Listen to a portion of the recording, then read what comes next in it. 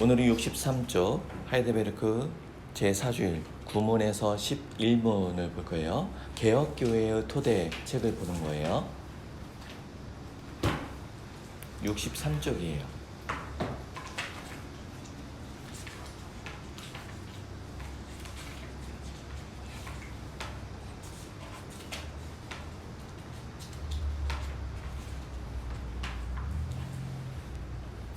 우리가 지난 시간에 모든 사람들은 죄인이라고 했어요. 기억나나요?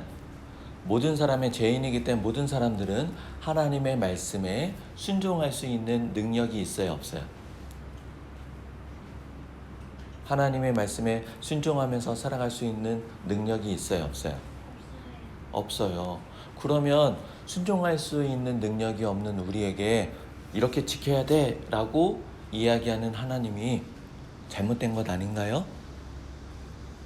능력이 있어야 지키죠. 능력이 없는데 그걸 지키러 가면 사람이 잘못된 거예요? 하나님이 잘못된 거예요? 헷갈리죠?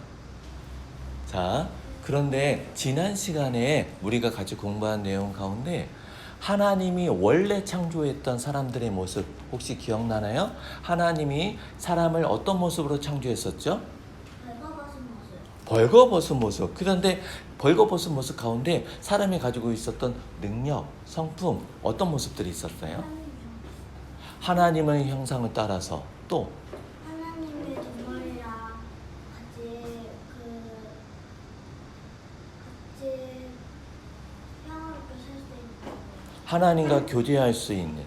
그래서 육문에서 뭐라고 얘기했었냐면 참된 의와 거룩으로 하나님을 선하게 하나님의 형상을 따라서 그리고 하나님을 알고 하나님을 사랑하는 모습으로 창조했다고 했어요. 좀 다르게 이야기해 볼게요.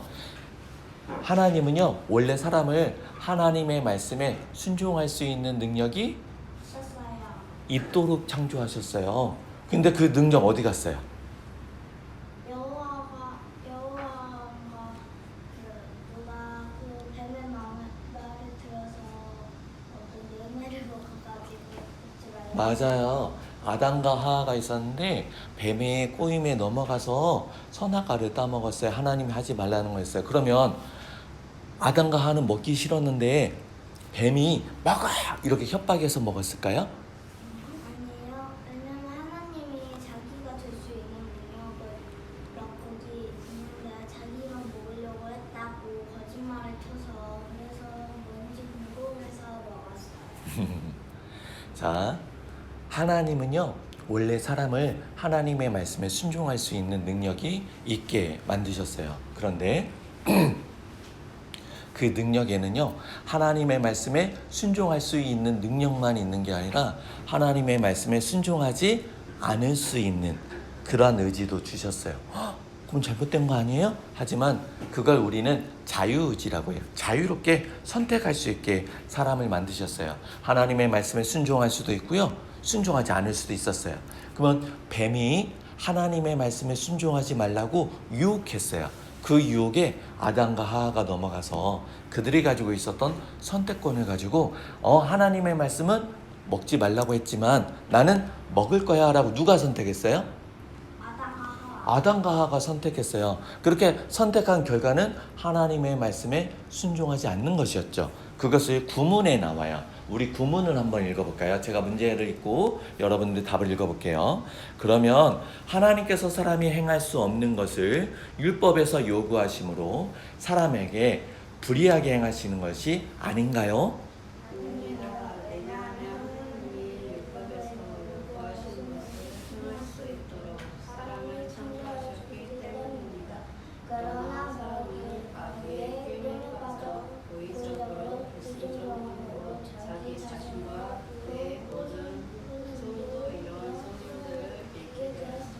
아담과 하와는 원래 하나님과 사귐을 갖도록 교제하도록 하나님을 잘 알고 사랑할 수 있는 능력이 있었는데 아담과 하와가 고의적으로 불순종했죠. 그래서 하나님이 주신 모든 선물을 잃어버리게 됐어요.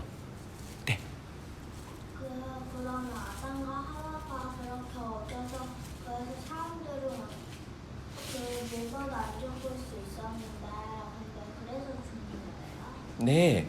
아담과 하와는요 하나님과 계속 동행할 수 있었는데 아담과 하와가 불순종해서 범죄해서 그리고 하나님과 관계가 끊어져서 그렇게 우리가 살고 있는 모양으로 됐어요.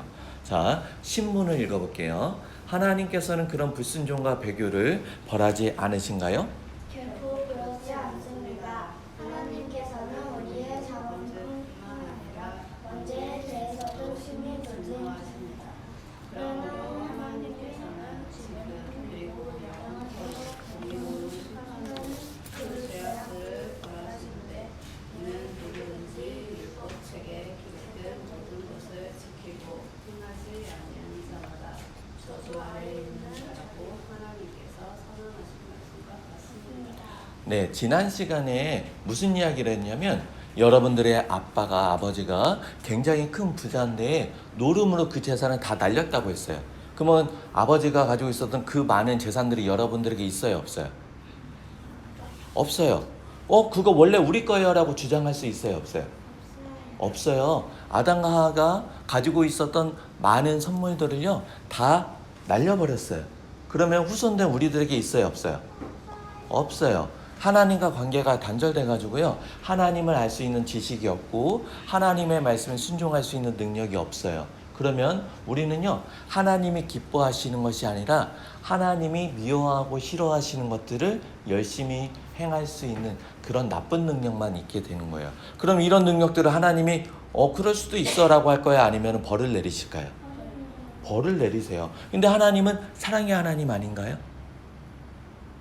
하나님은 사랑의 하나님이고 은혜의 하나님인데 억울해요 라고 이야기할 수 있어요. 자, 11문 한번 읽어볼까요? 그러나 하나님은 자비로운 분이 아닌가요? 하나님은 정말로 자비로운 분이시나 동시에 공의로우신 분입니다. 하나님의 공의는 또한 자기 도주신 하나님의 어미를 거슬러 지는 죄에 대해 최고의 형벌, 곧 몸과 영의 영원한 벌을 내릴 것을 요구합니다. 무슨 이야기를 나눴었냐면요 하나님은 사람을 지으실 때에 자유로운 선택을 할 수 있게 지으셨어요. 하나님의 말씀에 순종할 수 있는, 하나님을 알아갈 수 있는 능력을 주시기도 했고요. 그렇지 않고 불순종할 수 있는 능력도 함께 주셨었어요. 그런데 이 불순종한 선택을 했어요. 누가요? 첫 번째 사람들이. 첫 번째 사람이 그렇게 선택한 결과 그 이후에 오는 사람들은요 하나님의 관계가 단절됐어요. 그래서 우리들에게 자유로운 선택권이 있어요 라고 생각할진 모르지만 우리가 자유로운 선택을 할 수 있는 것은 더 많은 죄를 짓냐 조금 덜한 죄를 짓냐 이런 선택을 할 수 있을 뿐이지 하나님을 알아갈 수 있고 하나님의 말씀에 순종하고 하나님을 더 많이 사랑할 수 있는 그러한 선택할 수 있는 능력은 없게 됐어요. 그러면 이러한 모든 사람들은 하나님의 진노 아래에 있고 하나님의 심판과 저주 아래에 있게 되는 거예요. 그러면 하나님의 은혜와 공의, 하나님은 사랑의 하나님인데 너무하신 거 아니에요? 하나님은요 공의의 하나님이기 때문에 잘못한 것에 대해서는 엄하게 꾸짖는 분이에요. 네. 근데 할렐루야가 뭐예요? 할렐루야는요 하나님을 찬양하라 라고 하는 거예요. 하나님을 찬양하라 라고 하지만 아까 이야기했던 것처럼 자유로운 선택, 원래의 모습을 잃어버린 사람들, 하나님과 관계가 단절된 사람들은 할렐루야 라고 그 의미를 알지만 마음을 다해서 하나님을 찬양할 수 있는 능력은 잃어버리게 됐어요. 그래서 하나님이 진노 아래에 있어요. 그러면 사람들은 인생이 슬퍼요, 안 슬퍼요? 슬퍼져. 그러면 소망이 있어요, 없어요? 없어요. 그런데 소망이 있어요.